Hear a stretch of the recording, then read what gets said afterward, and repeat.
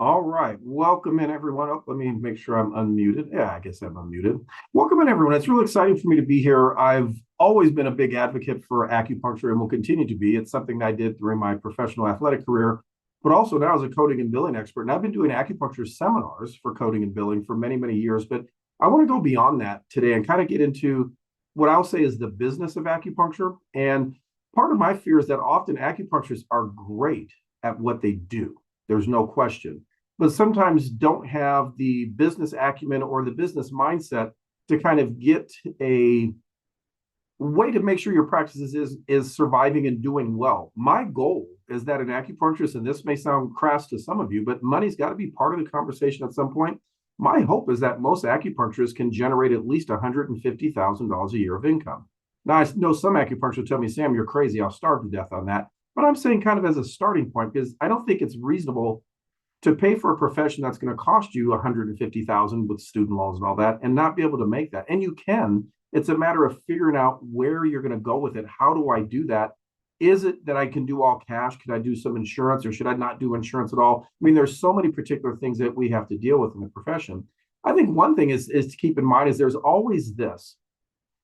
Healthcare in our country has always been a little bit different. We say the term healthcare, but is that what we really mean?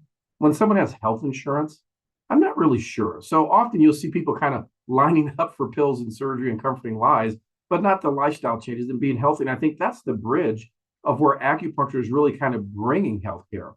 Acupuncture right now is being used to market for people to sell their products because acupuncture works well, whether it's going to be the VA or insurance companies, not to mention vets. And when I say vets, meaning animal vets. There's an insurance now that actually covers veterinary medicine for acupuncture. You got to work within a veterinary office. But here's probably the biggest problem I think we have, and it's interesting. Our country is the one that has this diagnosis. I sit along with Marilyn Allen and a few others in our committee for ICD 11, which is going to conclude traditional medicine. And we get to travel all over the world. We've been to India and Sri Lanka and Germany just this year. And the one thing that's unique when we meet with others from out of our country, they say, God, your healthcare system is good, but only seems like people that have wealth can really come in. And so to kind of say that that's sort of true is this. We have a diagnosis in ICD-10, and it's Z98190. And that's literally a diagnosis for a patient who needs care, but it's not getting it because they can't afford it. And I think we all know someone like that. I think how often you know someone, they know they need healthcare, but they're not getting it. I've had a friend once that he changed jobs, and because his insurance wasn't starting up, he was delaying getting some dental work done because he goes, hey, I got to have my insurance.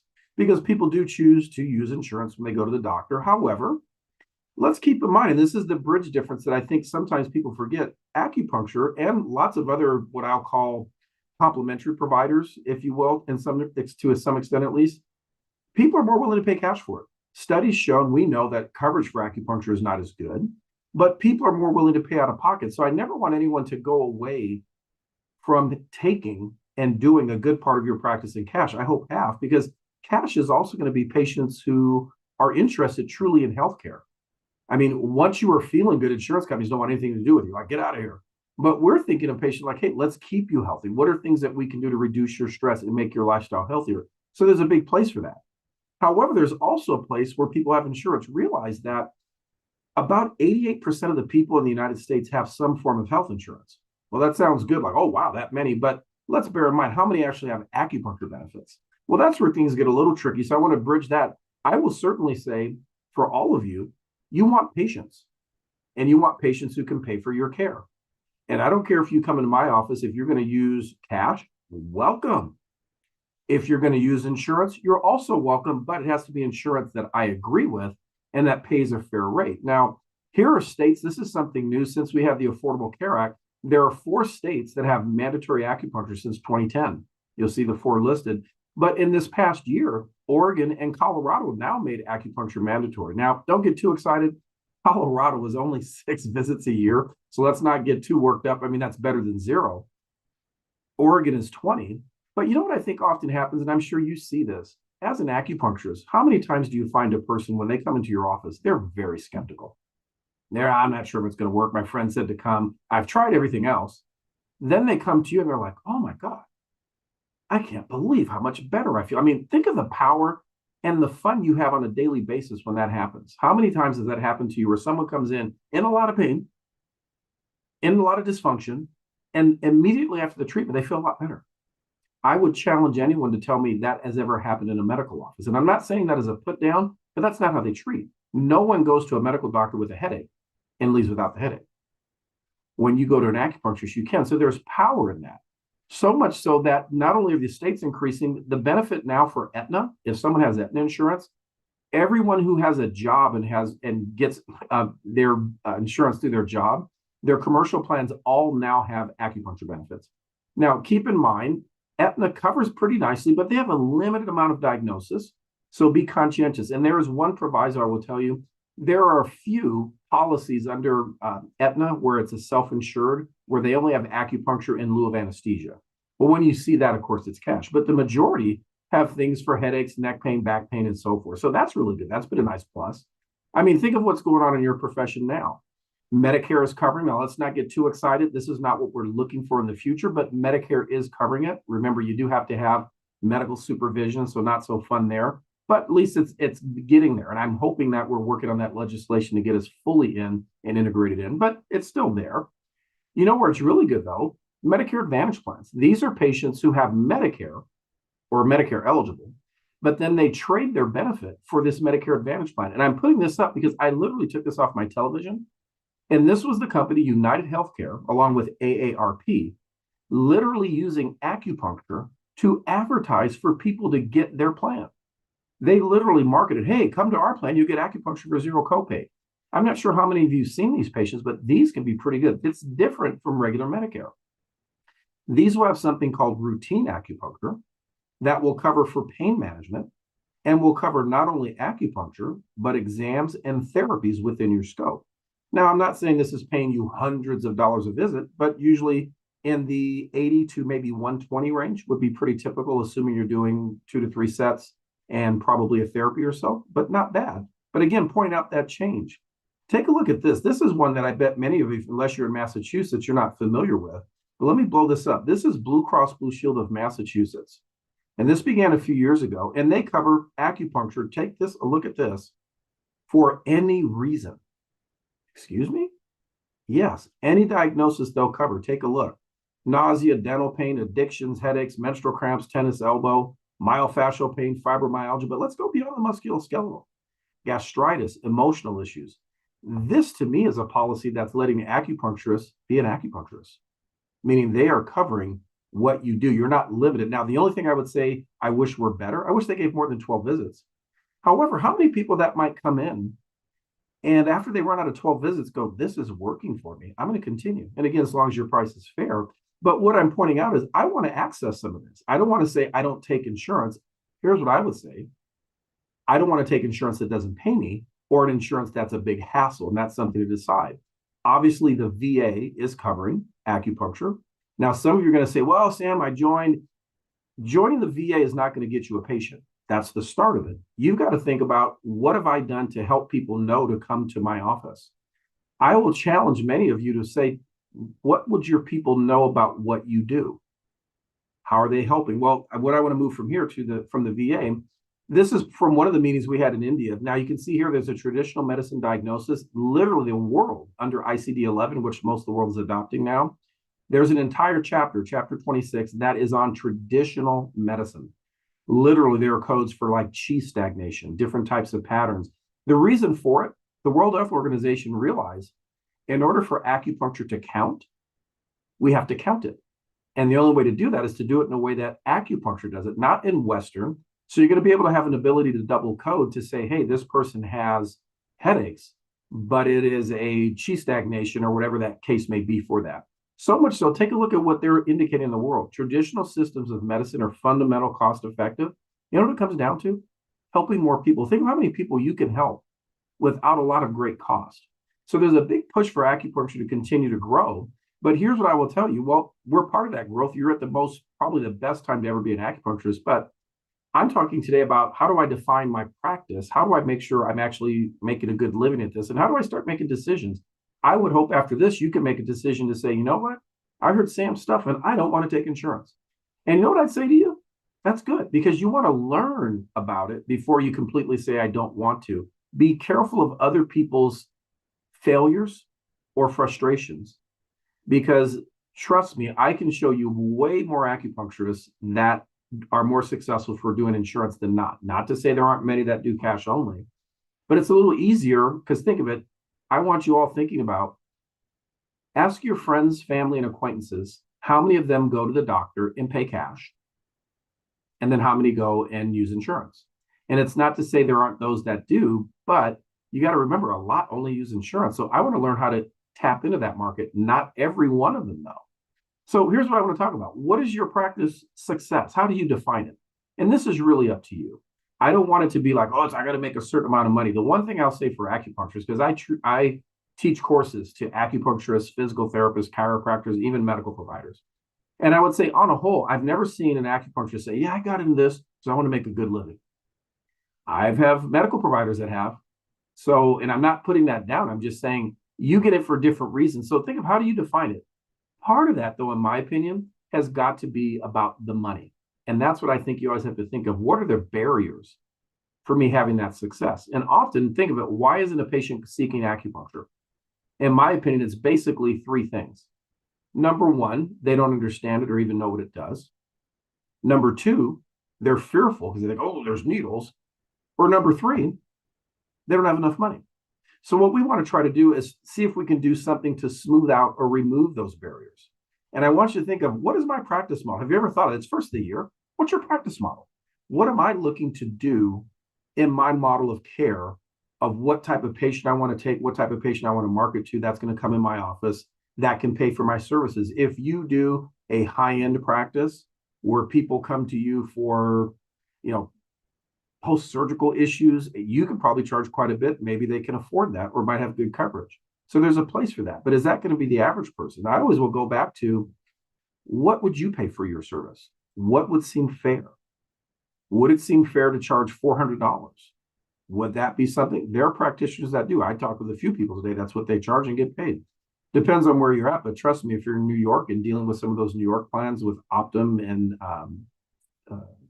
United Healthcare, they can pay quite a bit. The problem is, though, I can't charge differently. So if I'm charging one patient $400, I can't in turn charge someone else $100 for the same service. So you got to build a good model. What does that model mean for me? For me, I think it's always coming back to the value. When patients feel a good value to the service, they're going to want it. And something my mom taught me early on is that people buy what they want and beg for what they need. And I think when you think of that a little bit deeper, you go, that's sort of true. We want them to want acupuncture, not necessarily need it. Yes, they do, but they want it because they see a greater value. I think what the whole thing comes down to, though, are patients. That's what you want. You want to help people. That's why you got into this. You didn't get into this thinking, well, I just think it's going to be fun. You're like, no, it's something that turned around. The average acupuncturist didn't start in acupuncture school as a college student. They usually were out working and came back later because they either went to one or saw something that so inspired them, they wanted to change their life. But what I wonder is the model. I mentioned before, what if you asked your family, your friends, your acquaintances, even your spouse, what do I do? And don't coach them. Just see what they say. What do I treat? What do I help? And I think there's a lot of information out there that's just incorrect or it's missing. So I think one of the things we need to do in our profession is we have to have people know what you can do.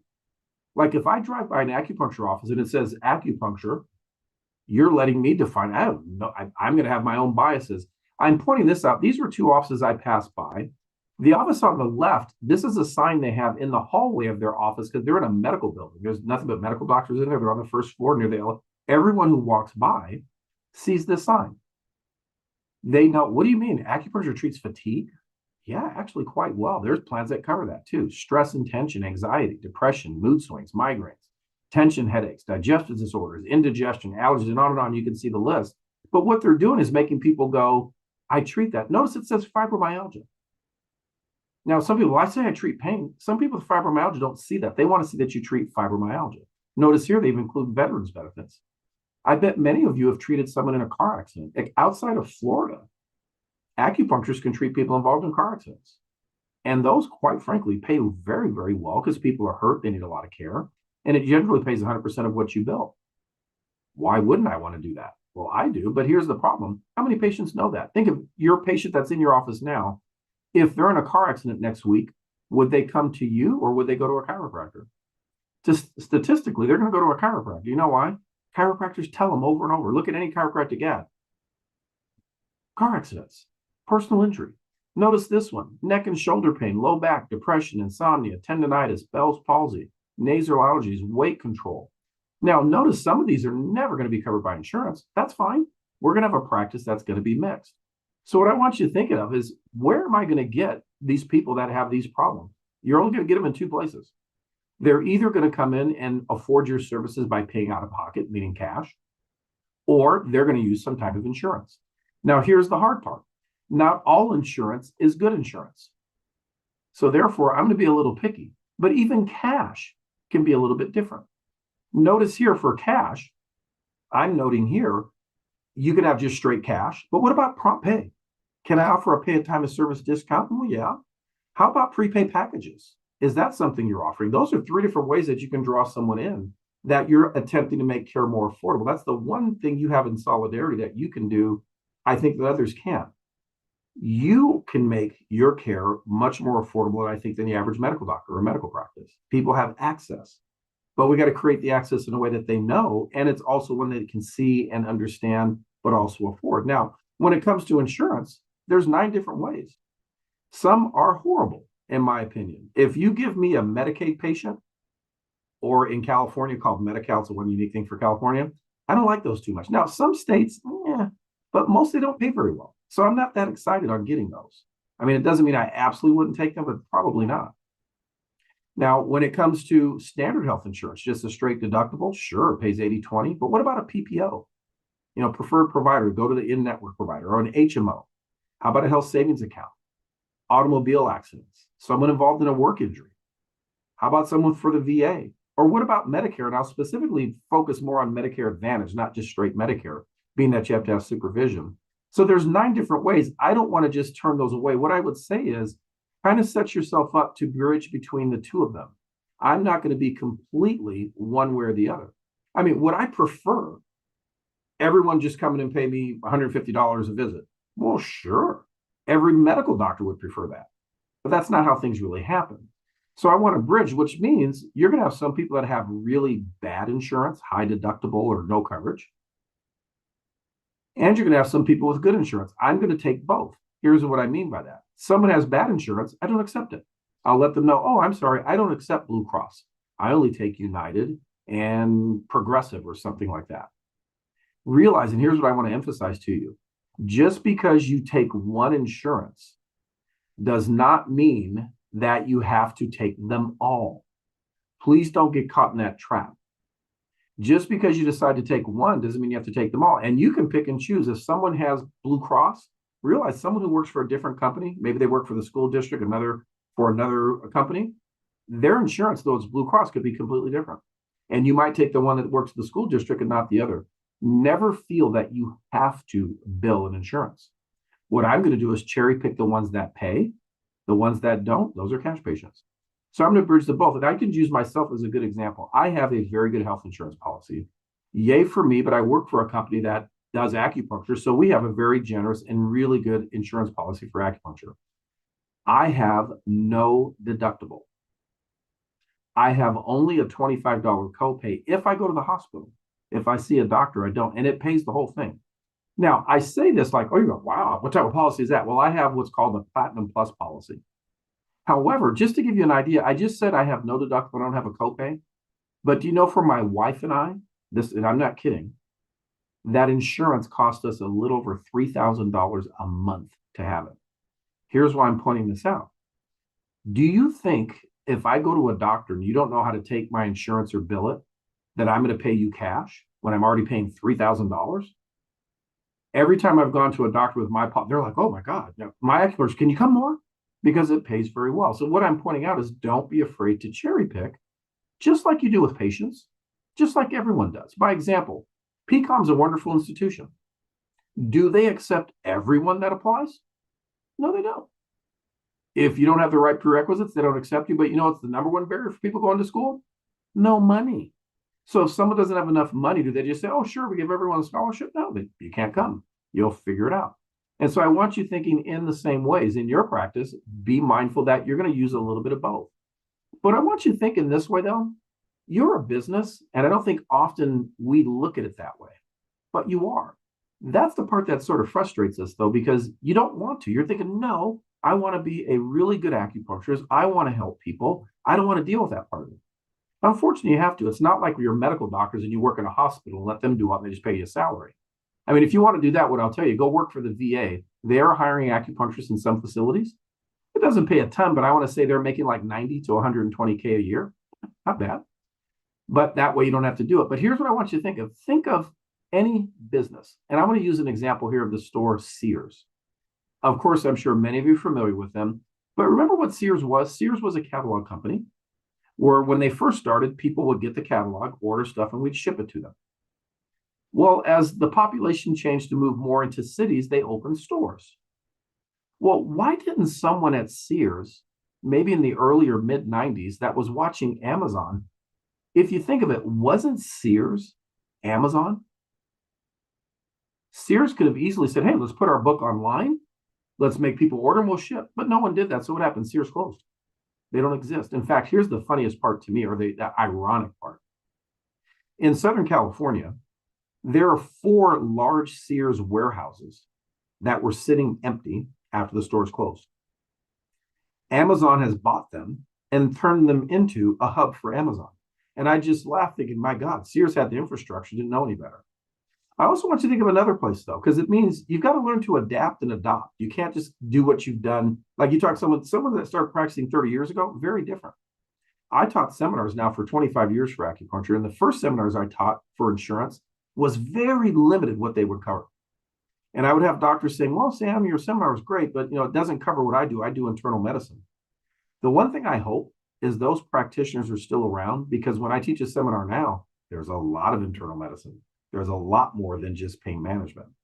But with that being said, the adaptation has to happen in the same way that, think of the store Target. Have you been to a Target recently? When you go into a Target store, you'll notice when you first walk in, the first thing, they put a nice Starbucks in there. They got rid of that little funky snack bar that stunk with like hot dog and popcorn. They put a Starbucks. It makes it pleasant. But the other thing they've done, and this is the smart thing, do you ever notice when you walk in, there's like 3, 4, maybe 5 small aisles of 99-cent store items? Because Target recognized people like the 99-cent store. Those items are fun. Every time we go, my wife always goes through and picks up a few things. But yet you can still go buy a $1,000 television or other electronics or clothing. And so they've realized they're going to kind of meld it. And I'm thinking the same thing for you. Have you ever thought of what's probably the biggest growth in acupuncture? Is the company Modern Acupuncture. Now, Modern Acupuncture really is selling, I would say, packages of visits. Because one of the difficulties we have is we often think of, well, how can I reduce my fees or can I make it cheaper? Because you honestly cannot give a cash discount. You can't just tell someone, hey, I'm going to knock off 50%. You can give them a little bit off, but not by much. But you know what you can do? If someone buys a package of visits from you, and this is for a cash office, could you sell that package at a much different rate than you would at a single visit? Maybe a single visit is $100. But if you buy a package of visits, depending on how many you buy, they could be as cheap as 20. That's actually one of the models of Modern Acupuncture. Now, I'm not sure I go down to 20 a visit, but let's say your visits are $100. This patient needs to come 10 times. That's your recommendation. They come in, single visits. What happens after the 3rd or 4th visit when they're feeling pretty good? Not all the way better, but pretty good enough to go, I don't know if I need it anymore. They might stop. But what if you said to them, hey, you're going to need 10 visits. That would normally be 1,000. However, we do offer this type of deal for you. If you want to purchase all 10 up front, we'll do it for $600. So they've paid up front, you get your money, and they're more committed to come into the visit. Now you're only getting 60, but they're committed. This can work quite well. The key factor in doing that is just following the legal side of it, which means making sure it's a package. Not, you can't say for $1,000 come as much as you want, but a package. 10 visits, 20 visits. Make sure the patients understand the contract that if they don't come in for the visits, they would get refunded, dollar for dollar what they paid. What I like, most people that get these, they're not buying them if they don't trust you. I like it. So I would say, should that incorporate to any cash practice? I think so. because it's also a way that you can really help control the price. Remember, this is not insurance though. You can lower that price because you're selling a package. If you attempt to discount on a single visit, let's say your insurance price or your regular price is 100, but you say, oh, pay me cash, it's $50. That's a no-no. Now, if you told me your regular price is 100 and your cash price is 90 or 85, I'd say, no, okay, that's fair and reasonable. What I'm thinking of is that how do I create access? It's always affordability. Think of it when they advertise a car. Do you ever notice they never advertise the full price? They generally say, get this car for $299 a month. Because when you hear $299, you're like, ooh, I can afford that. If you heard $50,000, you're thinking, I can't afford that. So I want you kind of using that model to help you to say, maybe I'm working the wrong way. Should I be working a model that allows me to do a little bit of all of it? Yes, I want cash patients. They're going to pay me a fee for service, time of service, and all that. However, what about a person that needs to come in for a number of visits? Can I make it more compliant? Because how many of you have had a patient that you recommended 10 visits, but they stop after 4 or 5 because I feel good enough? So I want something that's going to put a little bit more commitment. And frankly, just don't overcomplicate things. I think often people who teach seminars I think, are attempting to scare you because they know fear sells. You're going to get in trouble. You're going to be audited. I deal with it all the time. Do you know very few acupuncturists actually get audited? Now, it's spectacular when they do, but let me explain some of the audits I've seen. I had an acupuncturist that billed out $2 million and was being audited. They found that about $500,000 they felt was overutilization. Now, before you go, oh, wait a minute. First of all, they had to pay him $2 million. You're thinking, how did that happen? I could show you, but not in this forum. But my point is that he saw a lot of people. He's doing a good business. The only thing they got him for is we didn't think you documented it right. Well, that's not that hard either. So be careful when you hear that type of spectacular thing, realize that's very minor. It's not often. And they make it spectacular because they want to scare you, like you better use my service. You've got to use my billing service. You got to use my software. Billing and protocol shouldn't be hard. Create a simple algorithm. And I would say don't complicate. You know what you need for a good practice? You need a patient. Someone comes in. When they come in, they have to have a financial understanding and agreement so they know what they're getting, what's going to be the cost. So that way they go, oh, okay, I can afford this. And then based on that, you're going to examine them, create a diagnosis of what's wrong, treat them, and then ultimately get paid. It's as simple as that. Realize a cash patient and an insurance patient aren't that different. In fact, documentation for either isn't that different. The only thing is when there's a third party paying, you have to send some type of a bill to them to make sure they're getting paid, but it shouldn't be that complicated. And I would say people overdo this, but here's a real simple financial agreement. Now, this is about as simple as it can get, but I want everyone to notice here what it does. It tells you we offer several methods for your acupuncture treatment. You may choose the plan which best suits your needs. What do we offer? Plan 1, self-pay, meaning you pay directly out of pocket and we'll discount it a little bit for paying out of pocket. Realize that out-of-pocket discount could be from 5 to 15%. So not a big amount, but something. Or there's plan number 2. If you have insurance, we will bill your plan as a courtesy. Notice, not mandatory, as a courtesy. Payment for your deductibles, if it has not been met, is your responsibility, as well as any co-payment or remaining balance. One thing you got to make sure you understand, when you use insurance, very few people are going to have a policy like I have, where you go and you don't have to pay anything. Most are going to pay something, deductibles, a little bit, but here would be the takeaway. If I needed to come to you 10 times and it was $100 a pop, if I'm really hurting, I'm going to pay 100, but then after a few visits, maybe I feel better. That's not worth it. I feel good enough. But let's take that. What if I have insurance and you bill 100 and my insurance pays $75, maybe even 80 for the whole 80-20? Would I have a problem paying $20? I don't think so. So I'm suggesting what you're going to do is you're going to take some insurance, not all. You're going to take some cash patients, not all. What I mean by that, what if someone came to you and said, well, doc, I will only pay $25 for this. Would you accept that? No. And truthfully, when someone does that, they don't respect us as providers. The one thing I want to do is to put ourselves in a position of that respect, of that value, because you got to think of it. I want someone to respect what you do as much as they would to any healthcare provider. And I want you to think in these terms. If you went to a massage therapist, and not one of these cheap foot spa, simple ones, but I'm talking a decent, nice place, what would you anticipate to pay for an hour? I'm going to suggest you minimally would be charging that as an acupuncturist. I mean, my goodness, you're a healthcare provider that's making a diagnosis and treating a real condition.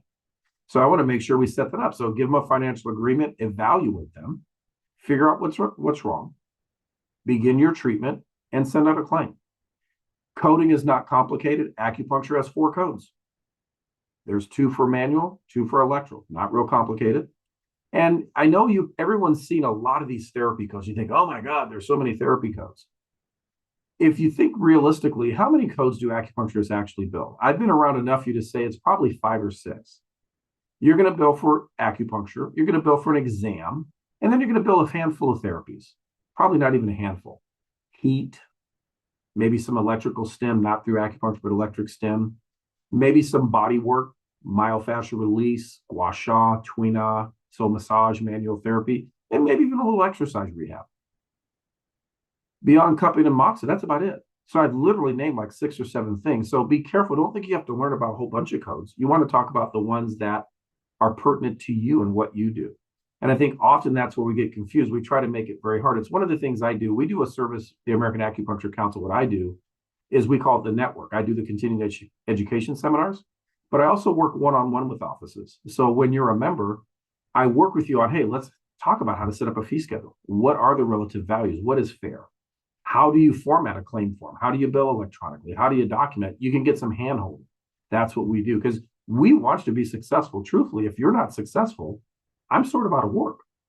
Because if I teach continuing education and you're not practicing, you don't need continuing education. I'm not. So my job is you're kind of my patient. I got to make you better.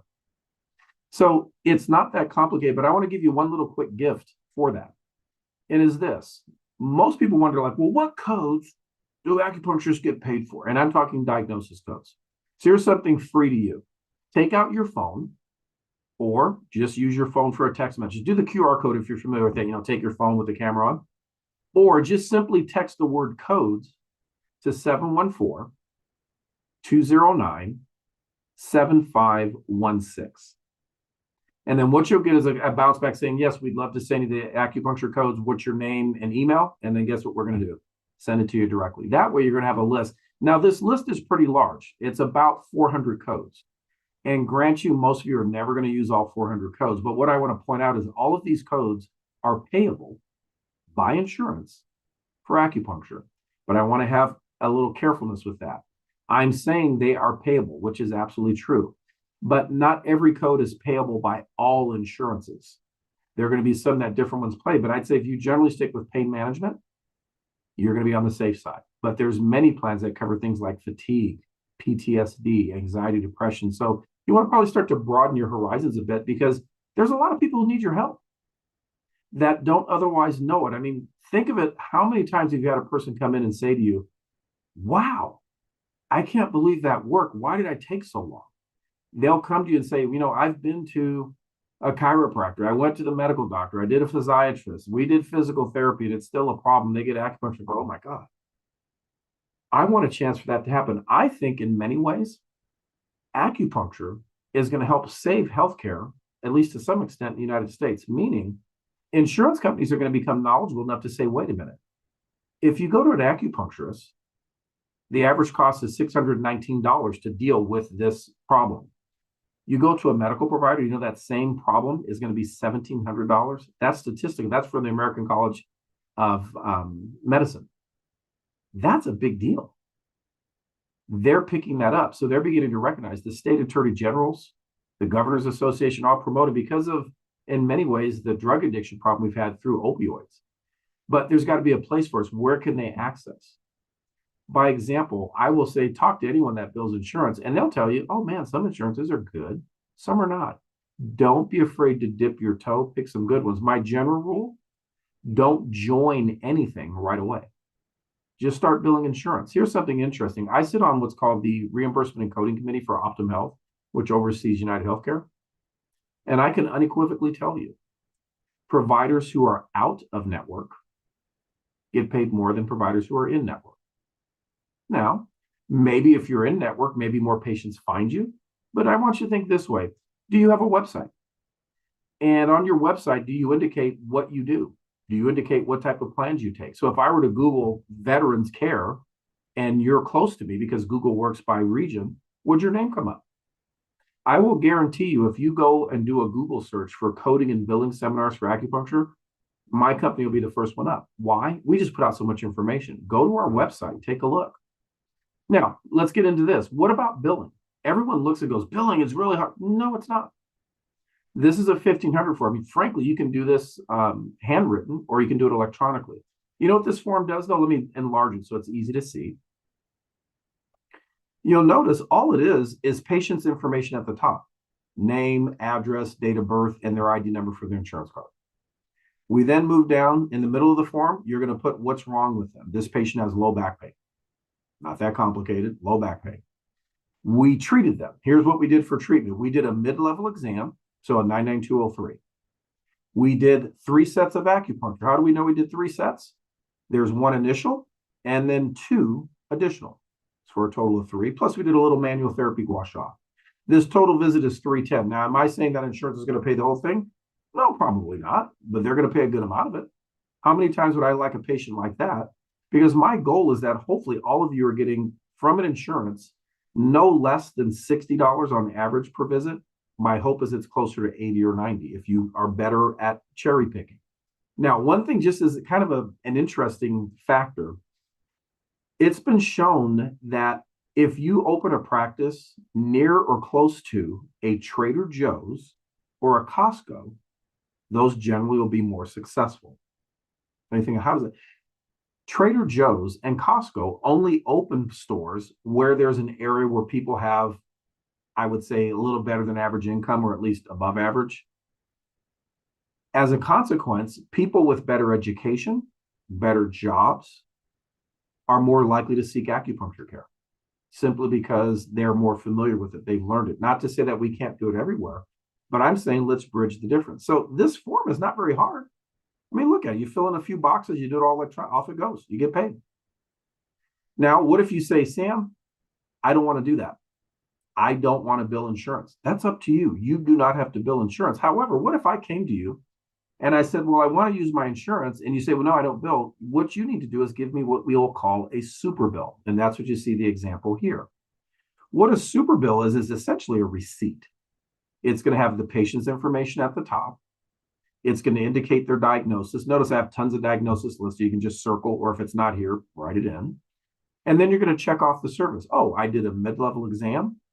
I did acupuncture. I did a therapy. Here is my total price the patient paid. Give this to the patient, they submit to their insurance, and they get paid. I have an office. That's what she does.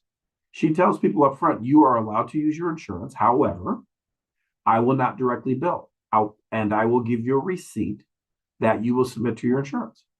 So if you think of it, what if I went to you and it cost me $100? What would my insurance pay me?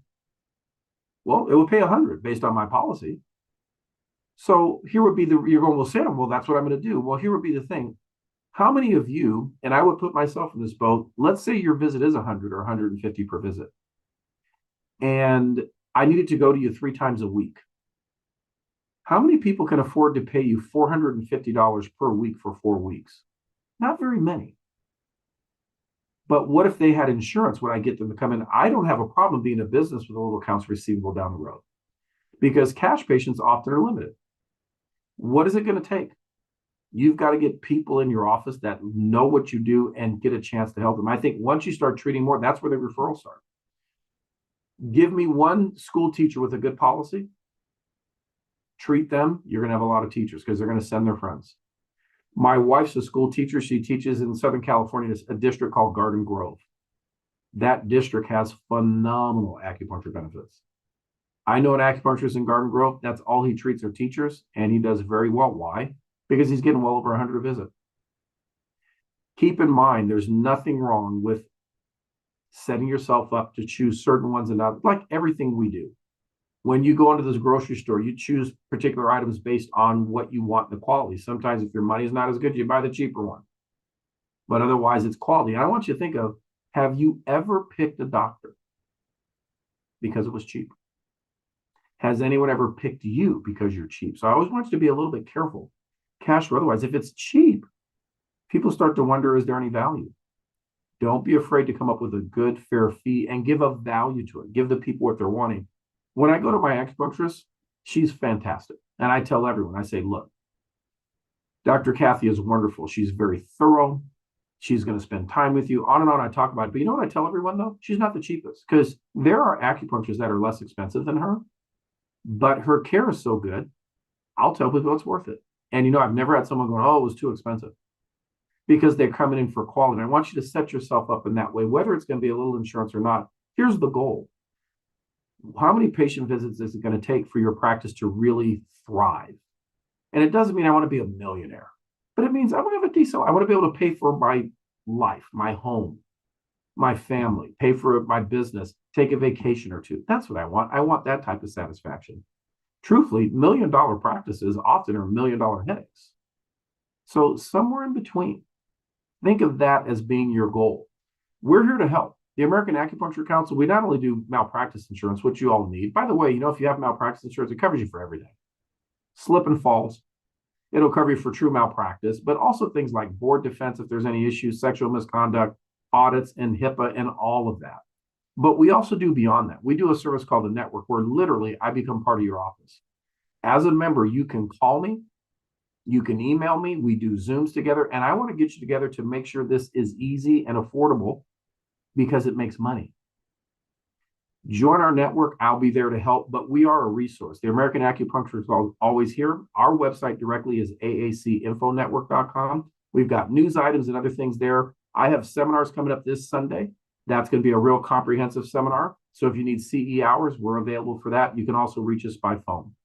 What I will say, though, is go out and continue to do what you do. I think acupuncture is at a really great place when you consider where the world has moved in understanding. And I can tell you from a world standpoint, it was remarkable where the world is switching, because I can drop an acupuncturist with a bag of needles, can do a lot of care. On a medical side, and again, I want to be careful, I'm not saying this is a negative, how much do I need for all that care to be medical?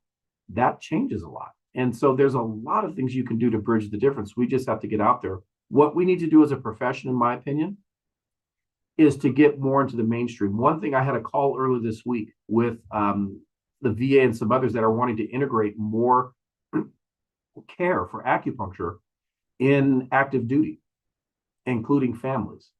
The one thing they said that's a barrier are a few things. One, acupuncturists aren't familiar with billing insurance, so they're having problems there. Number two, acupuncturists are not familiar with proper documentation, and often that way they can't understand what you're doing. And number three, there's just no one to access, because no one's out there saying, I will do this. So we've got to step up as a profession, because we're at a really good point.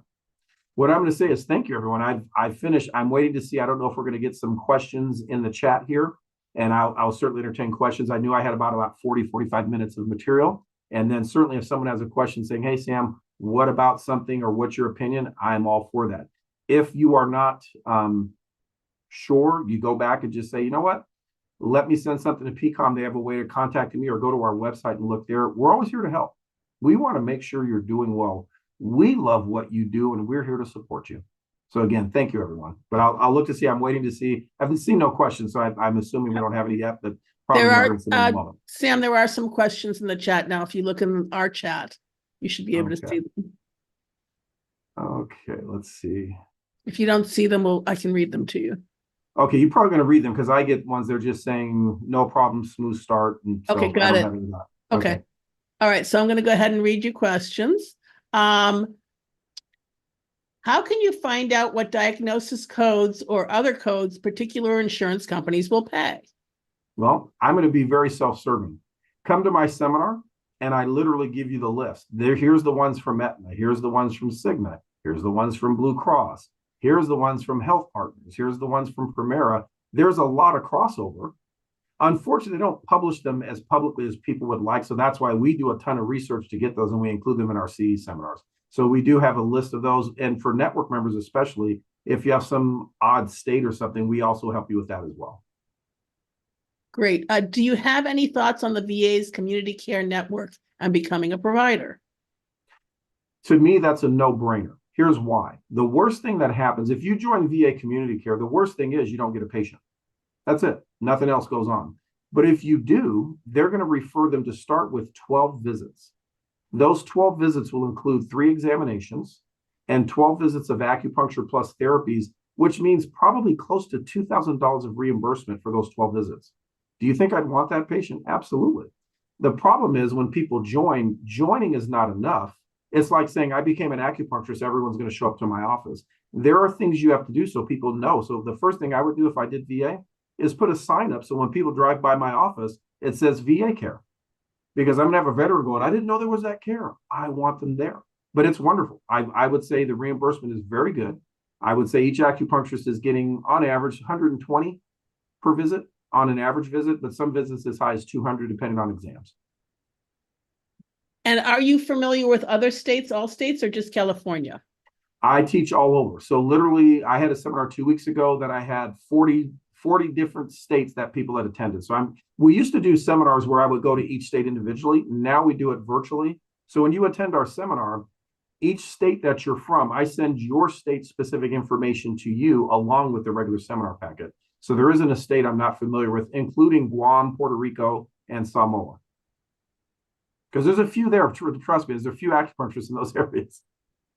All right. And I'm not sure what this question means, but maybe you'll know. What is the KX code and why are they requesting I use it? That shows someone they're doing Medicare. KX modifier is what you have to put on the acupuncture code once you get over 12 visits. Medicare allows 20 visits a year for chronic low back pain. The first 12, no problem, just bill. But once you go on the next 8, you have to put modifier KX to indicate that you've met the protocol that the patient was improving. So it's simply a modifier, basically to tell Medicare, continue to pay me because this patient is getting better. But it's a requirement on Medicare when you go beyond the 12 visits. Okay, and this is a specific question about codes. We have somebody asking, what are the modifiers used for 97026, 97039, 97124, 97139, and 97026? Okay, so all you did was mention a bunch of physical medicine codes. So I'll tell you, those generally don't need any modifier when billing to most insurances. However, when you do bill companies like United Healthcare, Optum Health, the VA, or Anthem policies, any physical medicine code, which means all the codes that begin with 97, not acupuncture, but the physical therapy codes, they will require modifier GP. So that's G as in George, P as in Paul. And I'll put it to you in a simple way. If you don't put a GP, they're not going to pay you. So GP means pay me. So a GP goes on it to those companies. Now, you're going to find there's a few carriers, if you're billing manual therapy or massage, 97124 and 97140, they may require a modifier 59, but that will vary depend on the payer. And speaking of states again, somebody says, how about Oklahoma, which is not a licensed state?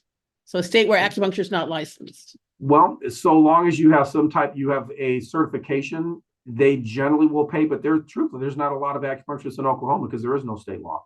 But that doesn't mean you can't still do cash, and you can treat federal. The one thing I'll tell you, federal insurance, someone works for the post office, they work for the federal government, those are the plans that actually will pay for cupping. Whereas the VA does, but most insurances don't. So it's not going to be as lucrative. Oklahoma is not a great state to practice as far as, like you said, the licensure, but there's still some access there. You're not going to see a ton of insurance because insurance in Oklahoma is not generally going to cover acupuncture when there's no licensed acupuncturist. But some will on the basis of, oh, we have dry needling or others. So it's a possibility, just not as good. What do you think of billers? I think billers are worth it if you are doing enough billing to make it worthwhile because you're going to pay them a percentage. So my concern is people hire a biller, and for a biller to bill, what you have to do is send them all the information to bill. Well, if I'm doing that to send to the biller, why don't I just bill it myself? Now, if you told me, well, the biller is doing insurance verifications and they're doing follow-ups, maybe that's where they could be helpful. But now, by billing electronically, it's so easy. I wouldn't use a biller unless they're doing more than sending the claim. Can we take Medicare Advantage plans? Don't they follow Medicare policy, e.g. low back pain with MD supervision? Medicare Advantage plans are different from Medicare. There are private plans that have Medicare. Now, all of those plans have to have the same benefit as Medicare, which means chronic low back pain, medical supervision. But many of the plans, and this is what you want to verify, do they have routine acupuncture or a rider for acupuncture? Those plans are really prominent, and I'd say the majority do, where it allows an acupuncturist, any acupuncturist, to see the patient so long as you're dealing with it from a pain management standpoint, they'll cover. Okay. Is there any reason to start to join or start billing an insurance plan if I already have a fairly full cash practice? No, but it would mean, would I turn someone away? No. I mean, so when someone comes in, do I just go, no, I don't take it? Like I would say, I would laugh at someone that turned me away. I mean that sincerely. So it means that you can be pickier. That's the difference. But I wouldn't take everything, but I would take some. Any other questions? Okay, is the code packet comprehensive? I'm not seeing wound healing, post-operative care. Will there be a seminar that goes over those codes? Welcome to a seminar. That's what I will tell you, that we include more of that. But here's the problem. When you say wound healing, no one's paying for that.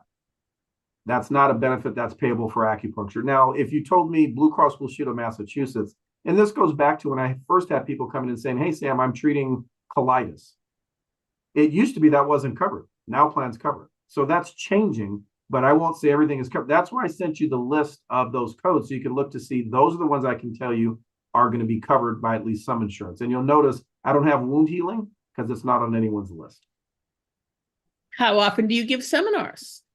We do seminars every first of the year because of all the changes. And then we do unique seminars. So we do a comprehensive one at first of the year. Then we do separate ones. We do one that's just on the VA. We do one that's on workers' compensation. We do one that's personal injury. We do another one that's Medicare. And we do a very basic insurance one.